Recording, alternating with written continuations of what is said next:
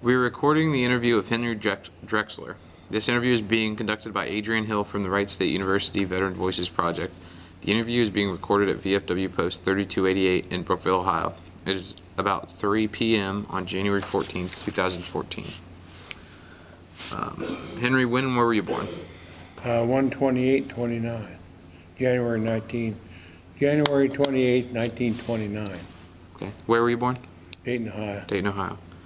Who were your parents and what were their occupations?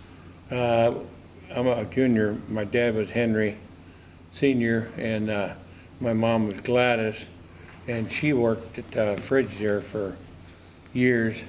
She worked in war production and also refrigerators. And then Dad, he run a store here in town for 40, 50 years, appliance store, and it's still here.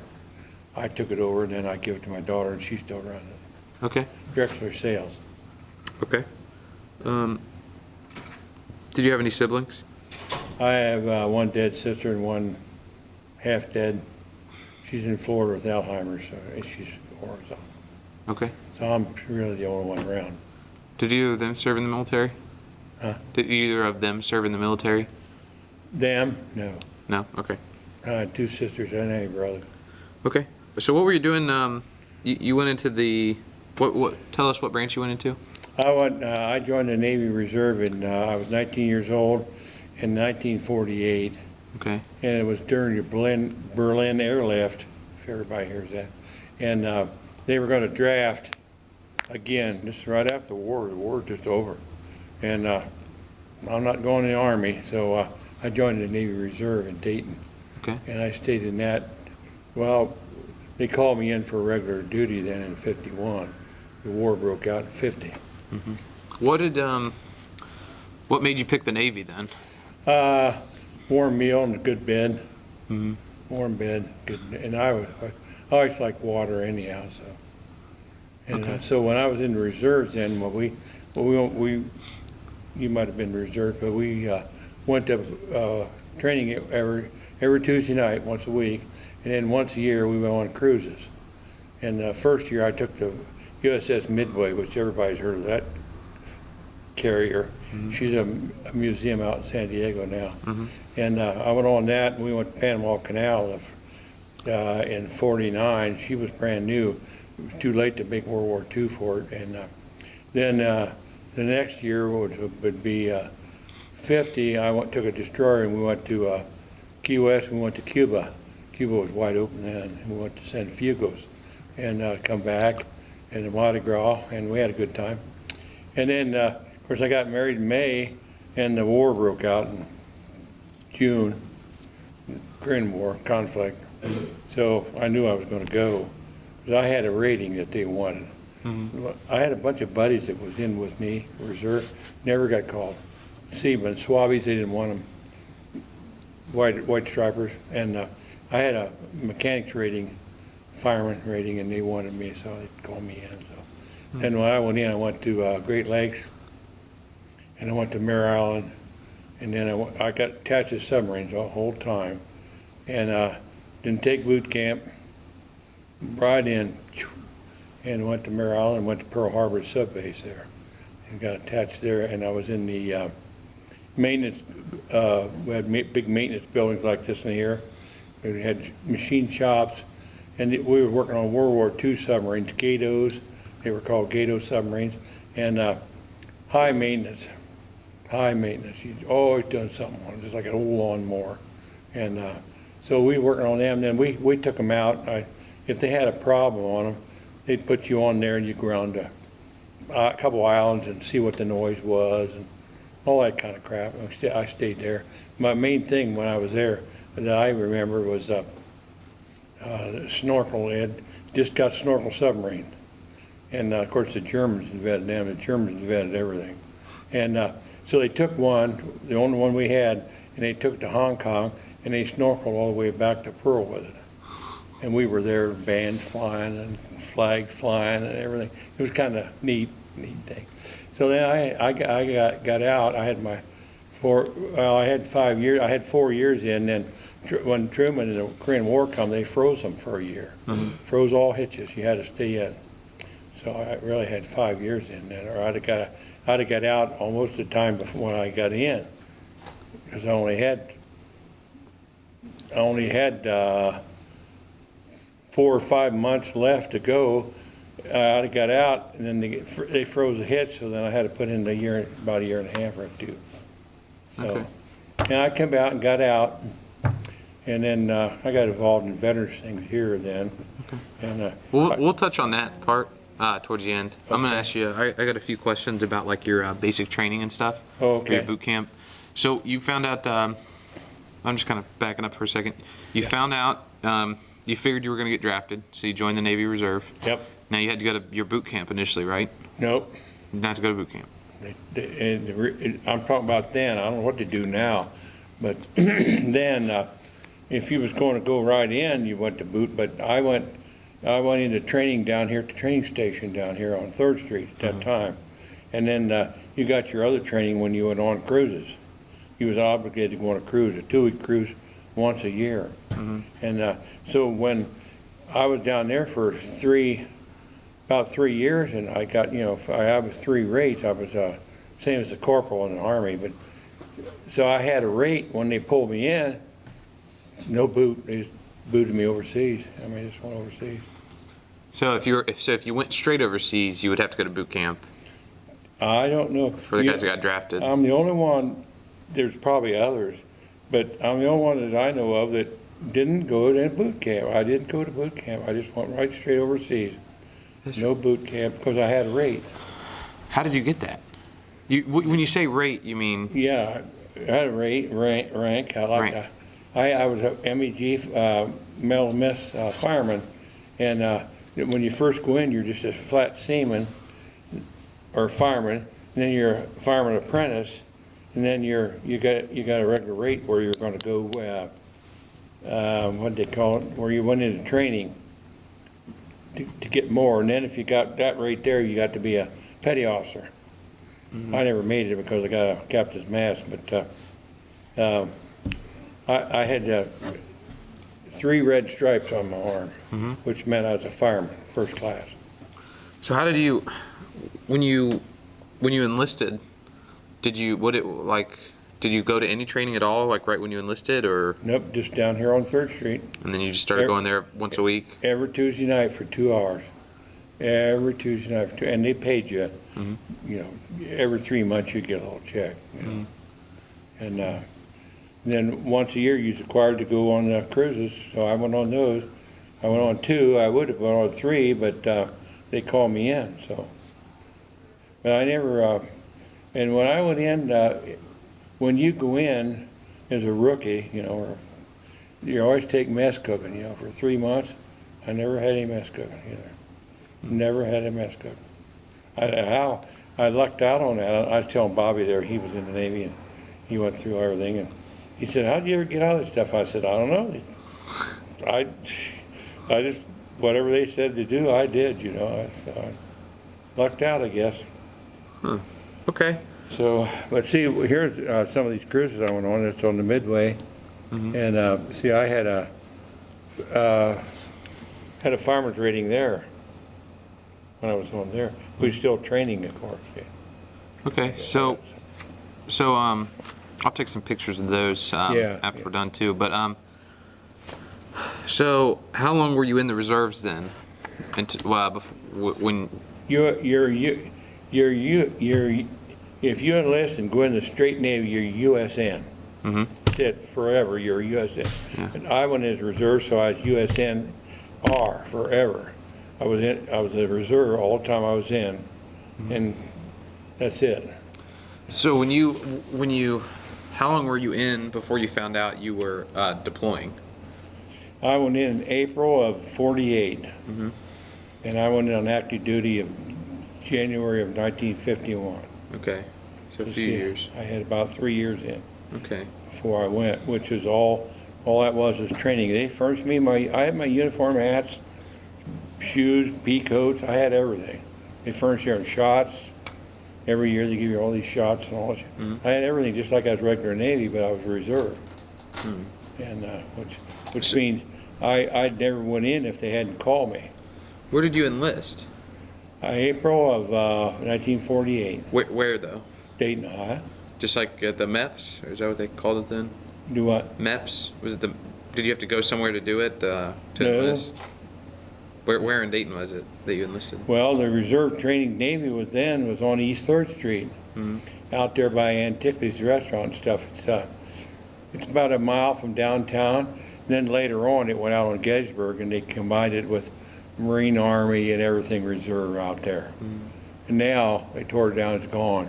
But at that time, we had a big building out there, and all the training was done in there, tying ropes and everything you can do in here, you know, tie ropes and read books and identify vessels and all that kind of stuff. That's what your training was. You know, it was dry training. But then when we were on board ship, on these cruises, well, then we were shooting 40 pom-poms, millimeter pom-poms, and doing all kinds of stuff on board the ship. Must cooking, peeling potatoes, anything there was to do. So. Okay, so let's see. So did you go to? So that's the only training you went to. You went Tuesday night, 2 weeks a year. So before you deployed to Korea, you hadn't done any extensive training at all. No. Okay, so let's talk about Korea a little bit then. I didn't go, as far as I got was Pearl Harbor. Oh, okay. Sub base. Okay.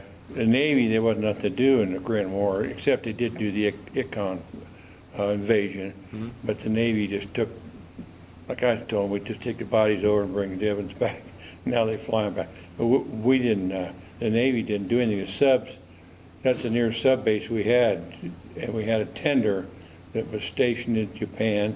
If the subs were over having any trouble, they could pull in that tender and refuel and all that.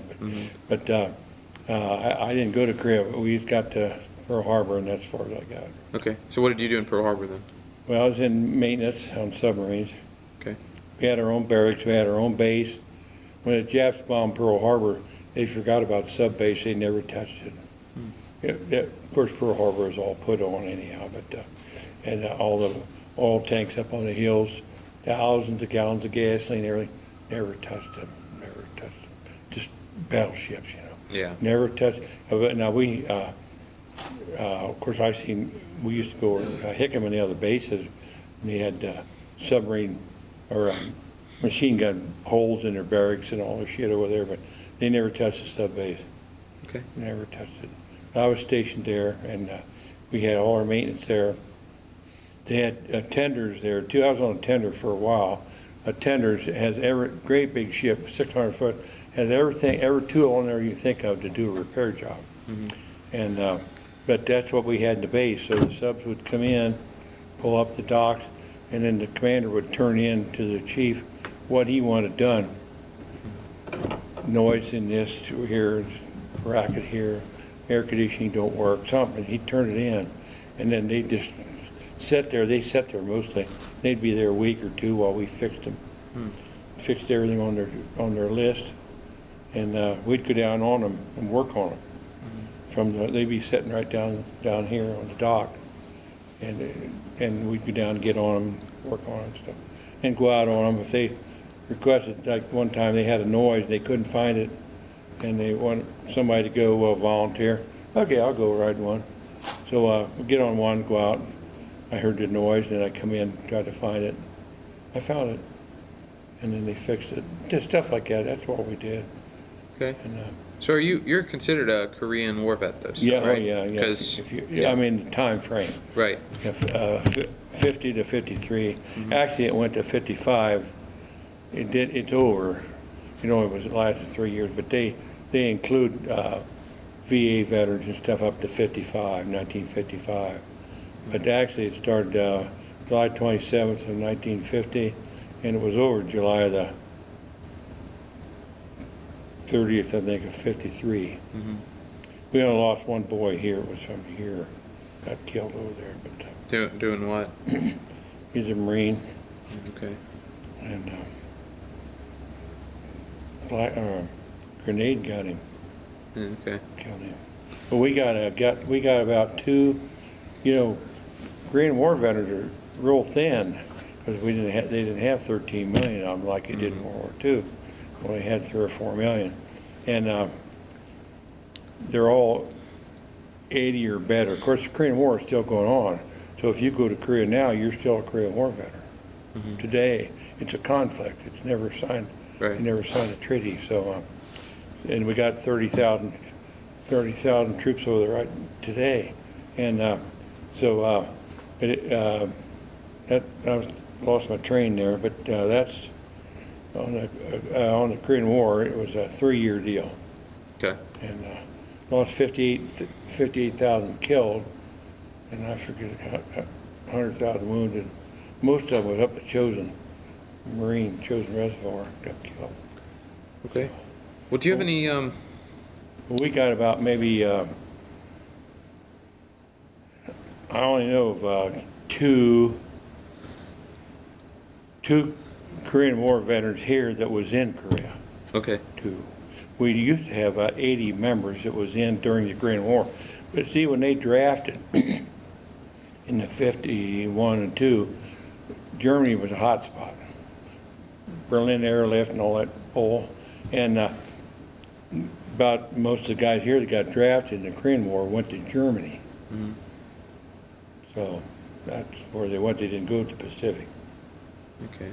So why they did that, I don't know, but it was a big hot spot over there. Needed, well, you know, we still got a couple 100,000 troops in Germany now, you know, so. Mm-hmm. Once we get someplace, we never leave. Yeah. We'll never leave Afghanistan and that place. So we'll never get out of there. Never. You won't see the day we get out of there. And I know I won't. Well, do you have any memorable experiences from your time in Pearl Harbor? Just that snorkel deal. Mm-hmm. I thought that was kind of interesting. Yeah. There. And then every time subs come in and go out, why, we only had 15 there. Mm-hmm. And that's like, you talk about peacetime, this carrier carried 120 planes. When I was on it, we had 15. Mm-hmm. Peacetime, 49, nothing going on. Yeah. So over there, during the war, they had, usually they had a little over 30 submarines there at all time. And they also had a base in Brisbane, Australia, big base. And they had one in Fremantle too. I think that's in Australia. But after the war, you know, everything just cut way down, you know, and there wasn't much going on. And then during Korean War, there really wasn't much for the Navy to do but haul them over and haul them back, haul supplies, you know. There wasn't really no, North Korea didn't have any Navy. They got something now, I don't know what, they got a couple PT boats or something over there, but they don't really have much. Mm-hmm. So South Korea's got a couple submarines now and some stuff. But and later on, they put a small, after they took Japan, they put a small base over there at Yokohama and put a submarine tender over there. Our submarines would just run from Pearl over there on patrol. They call them patrols, that's what they call all that stuff in Afghanistan, deployment. Mm-hmm. And they'd go over and make a deployment, and they come back, and they didn't have to go back for 18 months. Mm-hmm. So I wanted to get on a sub. You have to qualify, like pilots, and but I didn't have enough time left. We didn't have anything there. It was it had enough time left on to qualify. Mm-hmm. When I was in there. I didn't have that much time, which suited me. Who wants to go to service? I didn't.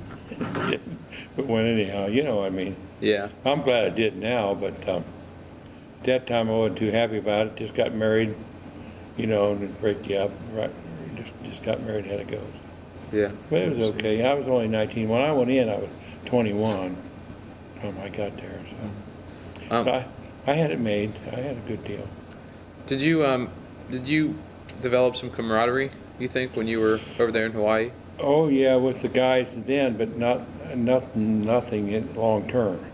Okay. I did with all the guys I was there, and I met a bunch of, when I went on a ship, I met a bunch of Air Force guys, and I got in with them over there too. We had an Air Force base right next door, Hickam. Yeah.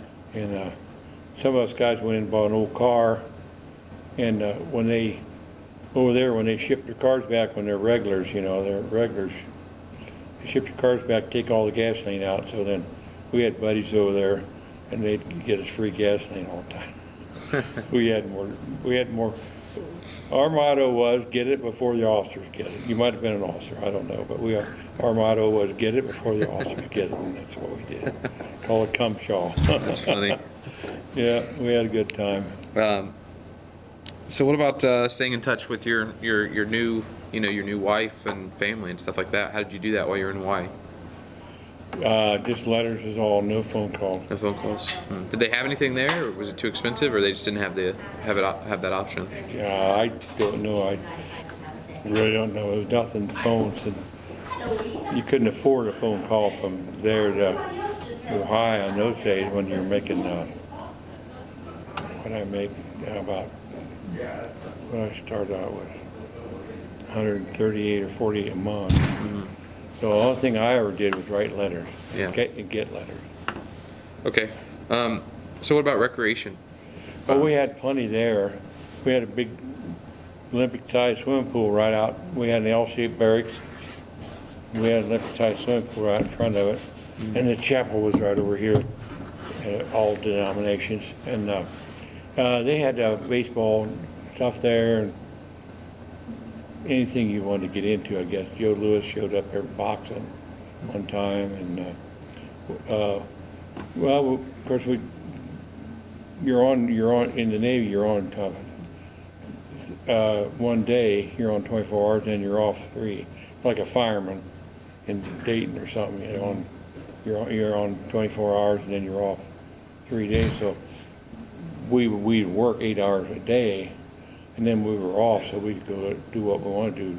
Take a car and go to town, taxi, bum your way, or whatever you want to do, just so you're back there at 8 o'clock in the morning. Yeah.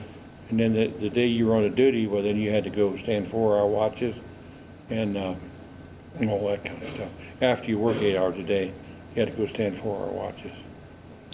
So can you just maybe give me a breakdown of like an average day? Well, average day, you get up at 6 and you eat and all that, and get.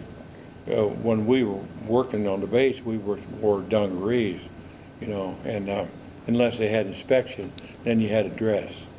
And your dress blues or whites over there, and then we'd have to be down at the shop at 8 o'clock and muster, which you gotta call your name, make sure you're there, and then most of us guys were there were strikers, they call them. You were learning a trade, a specialized trade. So then they'd put you under a guy with a higher rate that'd been a regular Navy RN, regular Navy, and then you do. What I did was, I was in sheet metal, and we made all kinds of sheet metal stuff. We had big sheets of metal. We'd bring them in, bend them up, make all kinds of stuff, patch holes and air conditioning ducts and all that kind of stuff. And then at noon you take your break for lunch, and you come back, and then you work till 4, and then you're off, and then you can do what you want to do. But if it was your duty night, then you was assigned to work the 4 to 8, or the 8 to 12, or the 12 to 4, or the 4 to 8 watch. There's always watches in the Navy. There's always somebody watching on board ship and off board. How often did you get that duty? Every 4 days. Every 4 days. Okay. And they pick you up in a Jeep, throw you on a billy club, no firearm. Just the chiefs and them wore a firearm. And then they take you a Jeep and take you out to where your section you're supposed to be watching, and turn you loose. Then they come out once in a while and check on you, make sure you're not sleeping.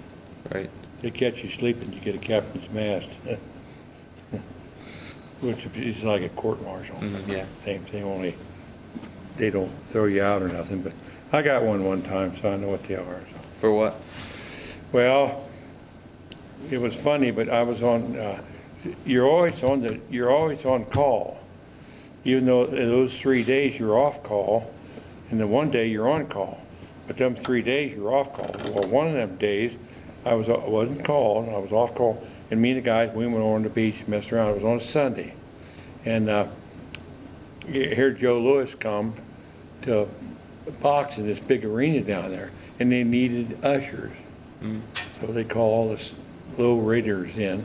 So they called me in. I wasn't there, I was on the beach. So, that's court martial. Or Captain Mass. So you were supposed to be there, but you... Well, I didn't even know that, you know. Oh, okay. I didn't even know that. I was a rookie. I didn't know all that stuff. But anyhow, so I got 10 hours out of it.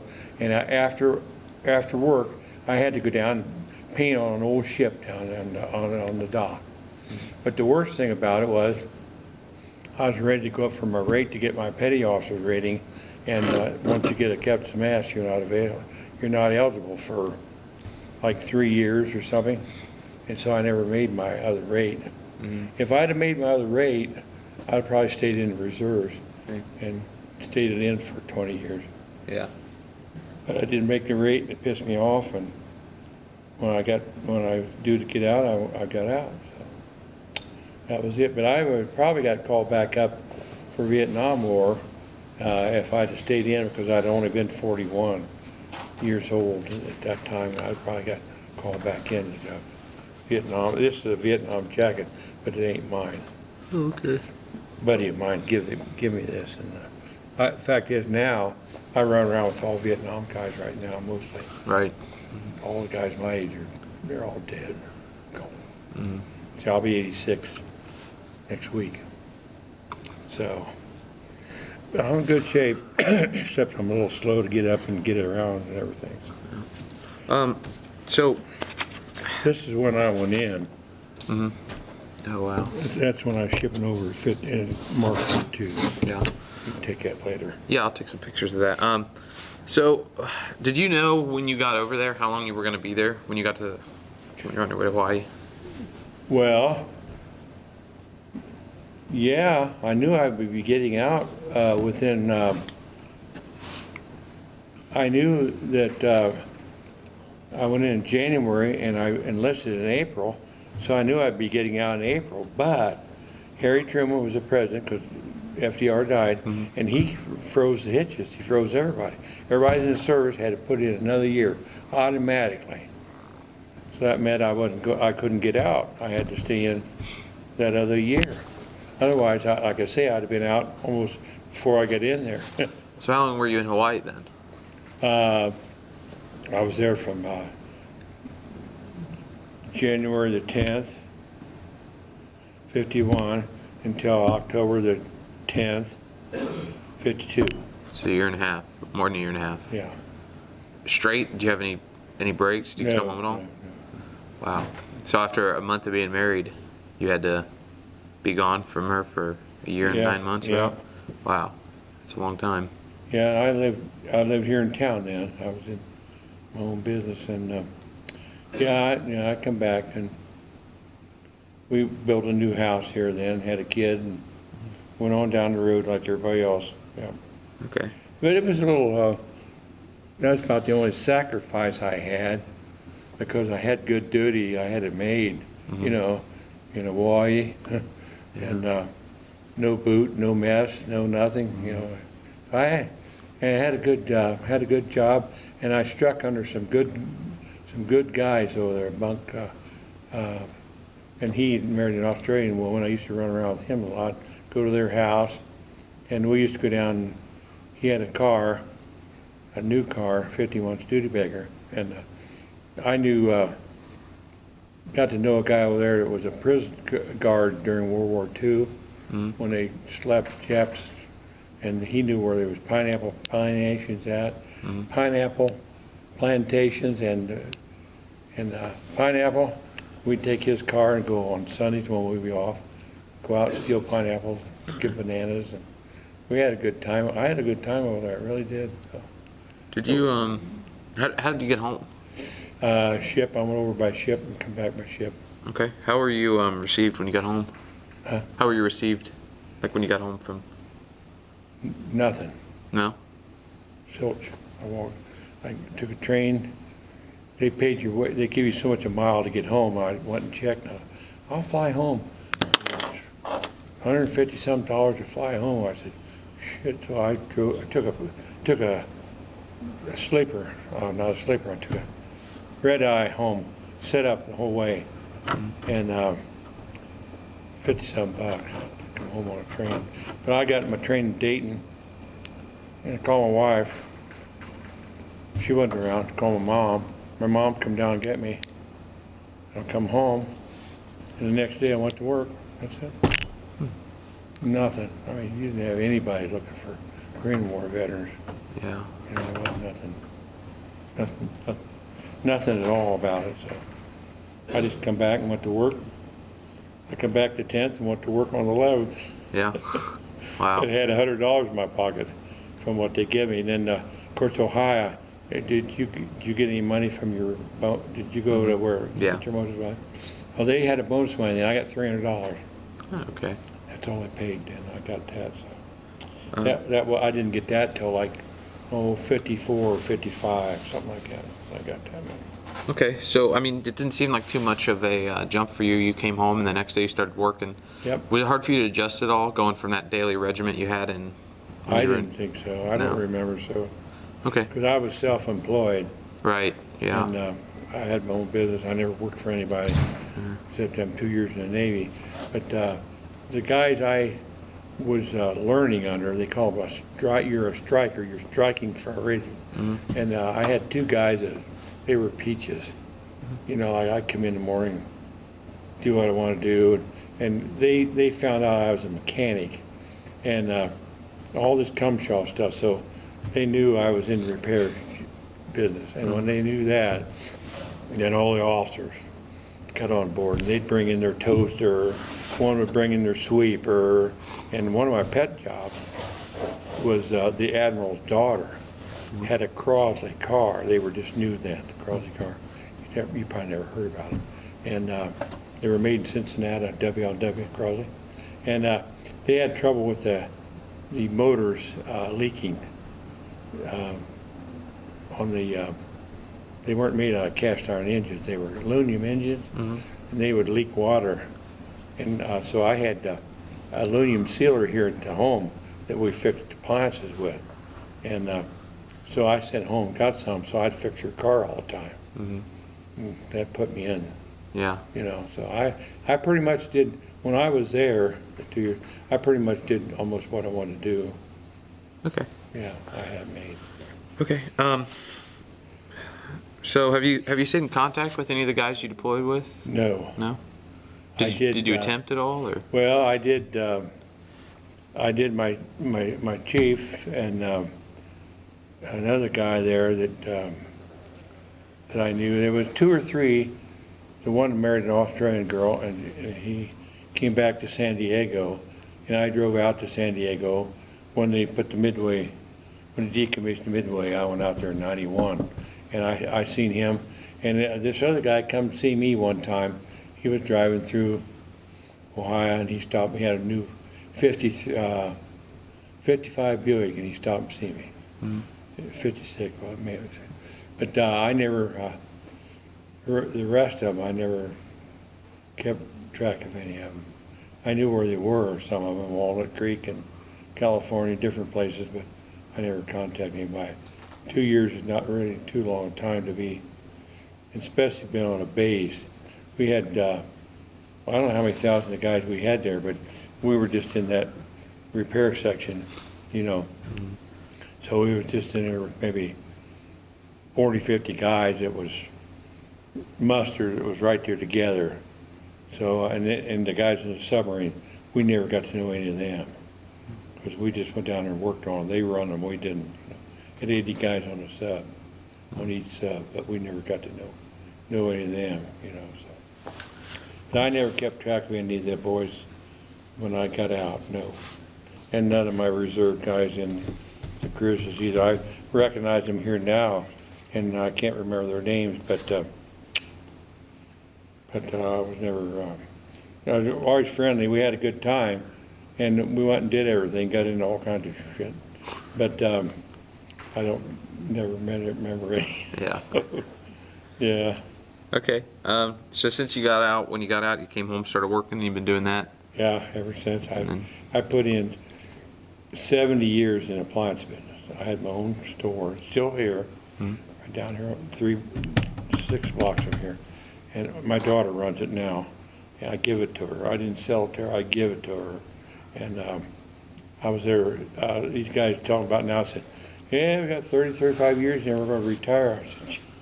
I put in 70 years, and but I couldn't retire. I didn't have nothing but Social Security. Yeah. I never worked for anybody, So, but no, I didn't.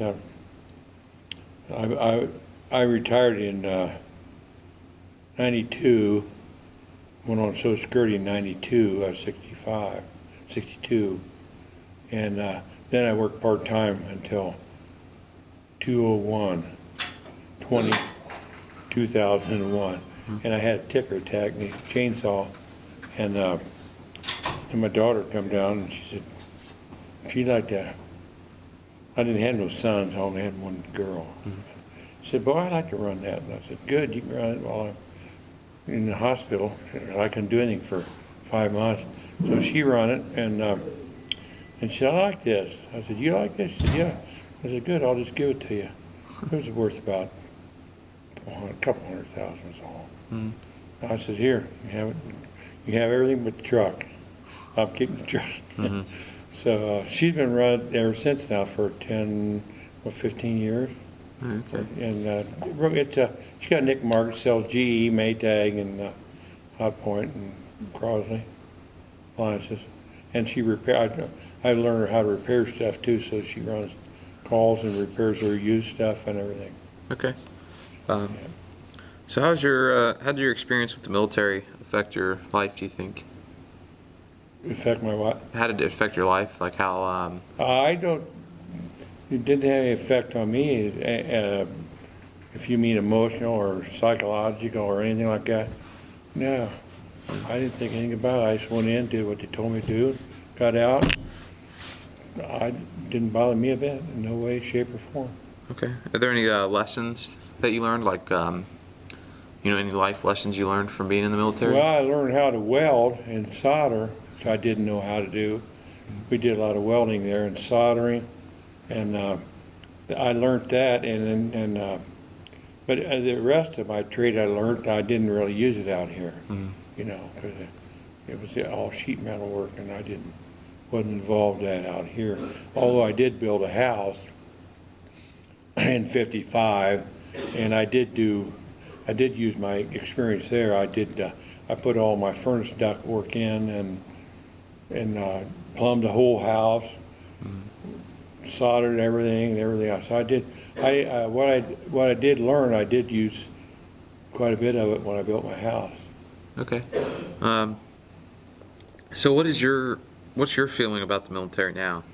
Oh, I think it's a good deal, although it's they don't draft. It's a job now. It's strictly a job, and you go in for the college or the money, and money is, I don't care what you talk about, money is everything, and as long as you're healthy.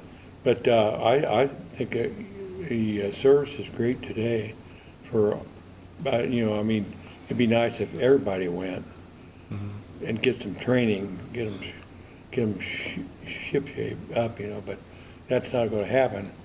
But since they draft, it's a job, and now we got guys here now, they're kicking them out.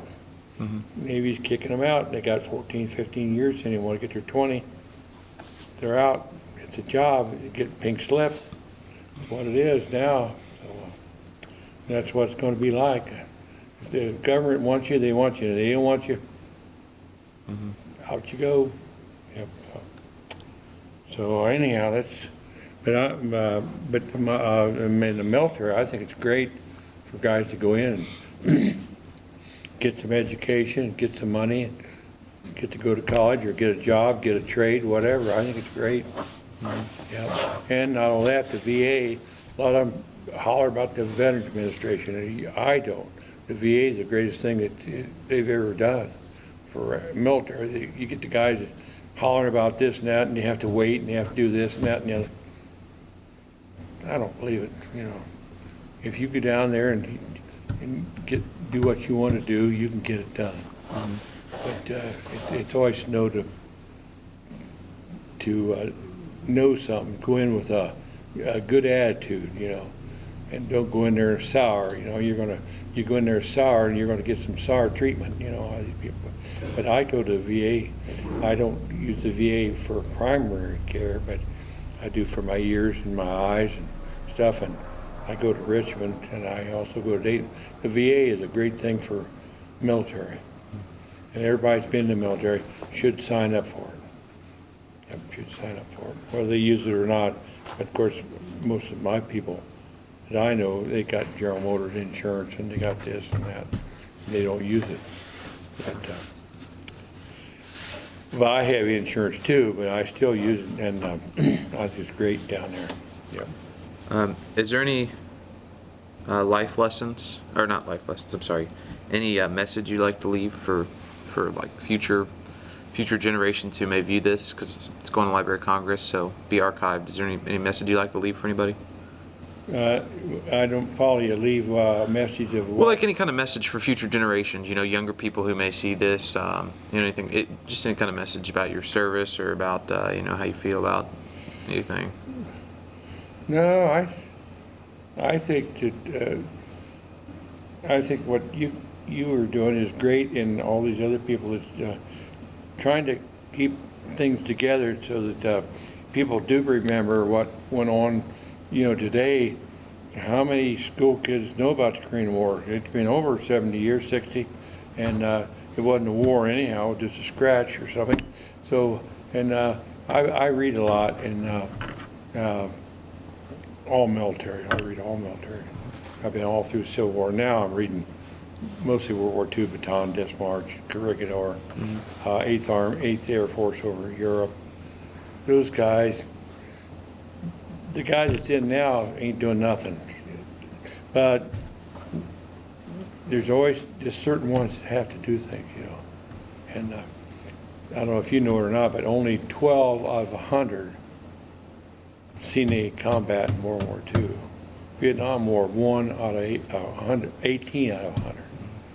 And took 25,000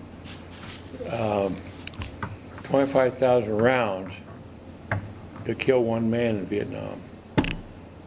So you know what you're doing there.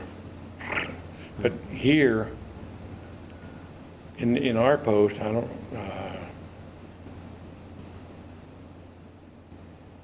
I don't know anybody that shot a gun. Actually shot a gun or killed a guy. I don't know anybody. I got 2 guys. One shot 155, like sitting out here in the yard, and one guy was in logistics, you know, that's supply. They were in Korea, but they just did what they were told to do. They didn't, you know, you can't go out and start shooting out here unless somebody tells you, you know. Yeah. So, but I think that it's good about anybody can record any history about World War, well, Civil War II, but there's a million books out there, millions of them, on World War II, World War I, and but how many kids go to the library and read stuff? Everything now is tat, tat, tat, tat, tat, tat, tat, which is great. It's all coming to them. It's all coming to that, you know.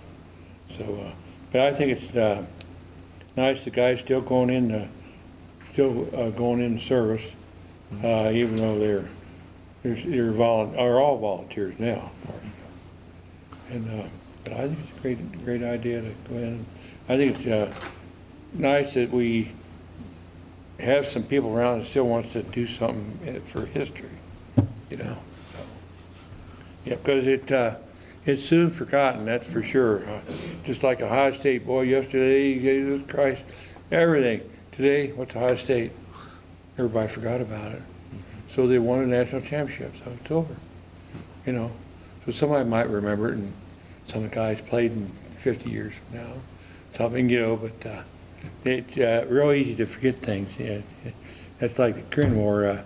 It's been over so long. See, they don't celebrate it anymore after 50 years. They have things for, you know, the Korean War memorials for Ohio. It's in Dayton, you know. It's a state memorial. And but after 50 years, they don't have any programs or anything anymore. You're done. They're done because they had some tough down there. Korea gives some medals away here last year. We had a couple guys that was eligible for it. You had to be Army. You had to be boots on the ground to get it. So, of course, they didn't. Navy, they don't pay no attention to them. Your Navy ain't nobody. So, I got a few other things here. Okay. Yeah, we'll check those out. But well, thanks for doing the interview, Henry, and thank you for your service. Yeah. Okay. Yeah. Thank you.